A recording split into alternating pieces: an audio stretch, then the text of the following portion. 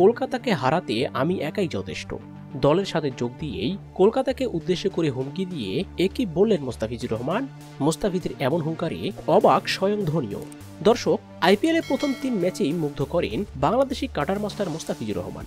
7 wicket নিয়ে বিশ্বে আলোড়ন সৃষ্টি করে আইপিএলের পার্পল ক্যাপটাও নিজের করে নিয়েছিলেন। তবে সিরিজ চলাকালীন বিশেষ কাজে দেশে ফিরতে হয়েছিল মোস্তাফিজকে। আর এরই মাঝে হায়দ্রাবাদের বিপক্ষে ম্যাচে হেরে যায় চেন্নাই। আর নিজ দল চেন্নাইয়ের এমন হার দেখে নিজের ব্যক্তিগত কাজ তাড়াতাড়ি সেরে অনেকটা তড়িঘড়ি করেই আবারও ভারতের বিমান ধরেন মোস্তাফিজ। এমনকি রাতেই দলের সঙ্গে যুক্ত হন বাংলাদেশি এই তারকা ক্রিকেটার। এদিকে দলের সঙ্গে যুক্ত হওয়ার পরেই এক সংবাদ মাধ্যমে কলকাতার বিপক্ষে পরের ম্যাচ নিয়ে মোস্তাফিজ বলেন, আমি যেহেতু এসে গেছি সেহেতু চেন্নাইয়ের আর কোনো দুশ্চিন্তা নেই। পরের ম্যাচে কলকাতাকে দেখিয়ে দিব কিভাবে ম্যাচ জিততে হয়। আর আমি যেহেতু এবারের আইপিএলে টপ উইকেট টেকার, সেহেতু কলকাতা আমার ভয়ই থাকবে। আর আমি কলকাতার বিপক্ষে নিজের সর্বোচ্চটুকু দিয়ে চেষ্টা করব যাতে চেন্নাইকে আমি জেতাতে পারি। তো দর্শক, দলের সঙ্গে যুক্ত হয়েই মোস্তাফিজের করে এমন মন্তব্যে কি আপনিও একমত? মোস্তাফিজ পারবে কি কলকাতার বিপক্ষে চেন্নাইকে জেতাতে?